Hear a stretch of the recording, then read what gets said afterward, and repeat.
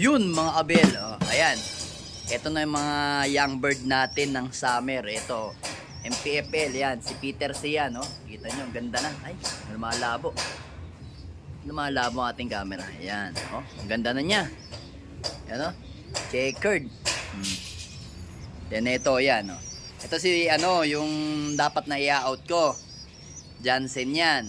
Ito naman, yan, oh, meron siyang parang kulitiw sa mata, oh. Ayun, oh. Ayan, oh. Ano yan, parang bulutong yan, bulutong yan. Then yung isang yun, ayun, oh. Kita nyo. Yan sinasabi ko sa inyo, parang mukhang tensil, oh. Yung dati kong tensil, ah. Yung tensil ko mga kabil, ano yun, ah, bloodline yun, ah. Hindi kulay, ha. Tensil kikay. Yun yung matagal ko na sinasabi. Yung tensil ko, bloodline yun, hindi kulay. Alam ko po yung kulay ng pencil blue. Pero ang bloodline po ng ibon ko talaga dati. Ngayon nasa ano na? Nasa parteng ano na? Parteng south na. Ayan mga abel. Parteng south na yung si Tensil Kike. Saan nga bang ano yun? Lugar na nakalimutan ko na eh. Ayan mga abel. Ito na yung mga young bird natin na mga summer. Ayan. Pakita ko lang sa inyo. Ayan. O ito. Si ano yan mga abel. Ayan. Ito. Peter Bito, yan yung kapatid nung nilalaban natin na pasaway. Awa naman ng Diyos, mga kahapon nagrondahan sila. Awa naman ng Diyos, ayun, pasaway nga. Tigas ang ulo talaga. Pero bata pa naman, natuturuan pa naman natin yung kapatid niya. Yun, yung isang yun. Yan, no? Kita niyo mga abel, ang ganda na itsura. Checker din, kaso pearl eye. Then, alam ko ito, third clutch natin to ng Peter B. Ang last clutch natin ng Peter B is ito. Ayan.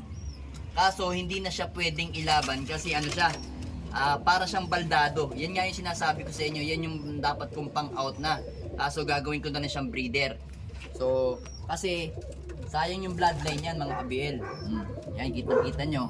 Then, ito naman is kapatid ni Miss DQ. Pero, kapatid sa tatay. O, ayan.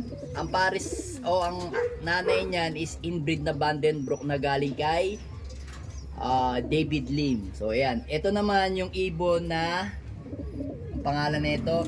Yung kay ano, Igan Willie Ang. Ayan, o. Cross sa ano natin. Sa dugyot na babae na direktang anak ni dugyot na original natin. Ayan, o. Ang gandang ibon yan. At ito yung kapatid niyan mga abel. Asan yun? Yun, no? Same lang sila ng kulay, checkered. Rumoronda na sa atin yan mga abel, pero hindi pa sila grouping. Watak-watak pa sila. So hindi ako nagpakawala ngayon kasi marami nagpapaputok ngayon kasi 23 ngayon eh. So maraming may Christmas party ngayon. Baka magordo lang yung ibon natin kaya hindi na muna ako magpapakawala. Kasi ang laban niyang kulay itim na singsing na yan, yan is sa darating na June. June pa. Then ito sa darating na March o April. Ayan. Pagkatapos namin ng karera ng EGRC. Yan. Yan. Then, eto, yan yung ano, kapatid nito. Ayan. Jansen President yan. Ayan, no? Kumuha ng tatay, ha. Ito, tingnan nyo yung itsura niyan, ha. Tingnan nyo yung itsura niyan, tandaan nyo. Then, eto yung tatay niyan. Ayan, no. O, diba? Walang pinagkaiba mga abel, oh. Kita nyo? Same na same lang. Kaso, eto, hindi naman to, hindi naman siya bull eye eh. Ito, mukhang pearl eye to. Yan. Mukhang pearl eye yung ibon na yan. Nag-aaway talaga tong dalawang to. Ayan. Then, ito naman si Peter C. Ayan. Ayan, Peter C ang ibon na yan, mga abel, no? Parang nalabo ang camera natin pag si Peter C, no? Ayan, wait lang. Ayan. Ito naman is yung kapatid ng binili sa ating itim. Yan yung kapatid niya, checkered. Anak ni Merwe yan. Yan, kita nyo itsuro. Kaya ako siya inipit kasi sabi ko checkered naman, wag naman itim kasi panay itim na yung ibon natin kako. Ayan yung mga ibon natin ng ano, ng mga summer. Ito kasi singsing ng pare. June pa rin to. Meron pa ako doon 3 batang ano, papisa. So ayan.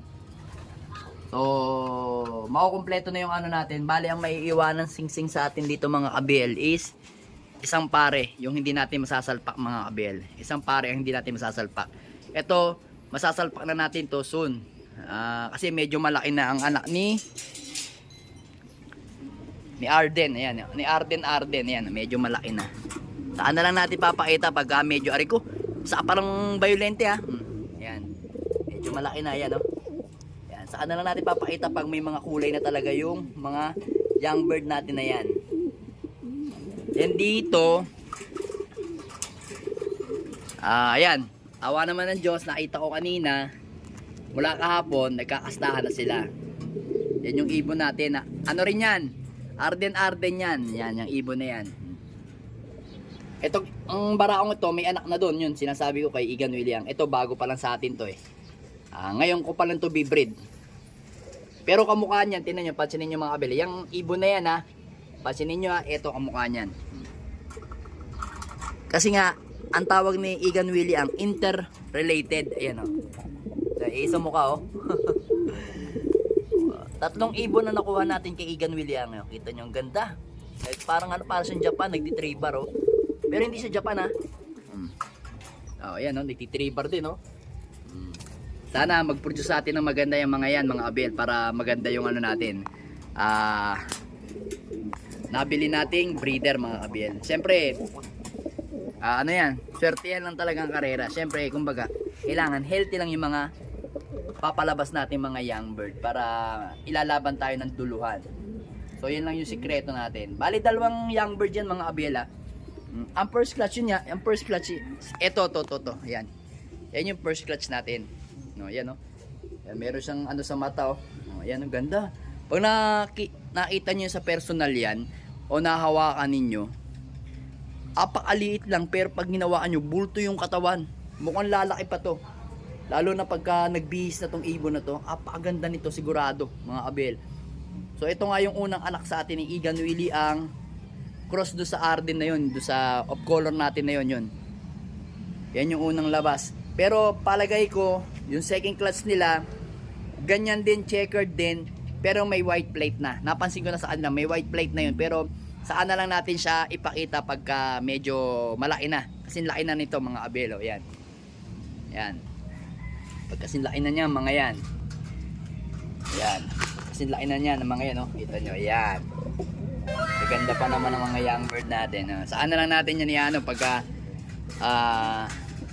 malaki-laki na at nakapaglaad. Kasi iwawalay nga natin tong ibon na to. Ay, ito. Hen. Gagamitin kasi natin to ng darating na winter breeding. So yun nga, ayan o, ayun si Peter B, winalay ko. Ayun naman si Miss DQ. So inilalagay ko dito si Peter B para pagka after mga 1 week, 2 weeks, ilalagay ko na siya dito, isasampa ko na uli siya dito, tatanggalin ko na yan, ilalagay ko na uli yan dito. Para lang kasi nagwawala kasi ito eh, nagwawala ngayon, nasisira yung mga buntot niya, pati to nagwawala ngayon, hinahanap niya yung asawa niya. Nung inilipat ko dyan, yun, nasanay na siya, yan, hindi na siya nagwawala. Gandang ibon, no? Si Peter B.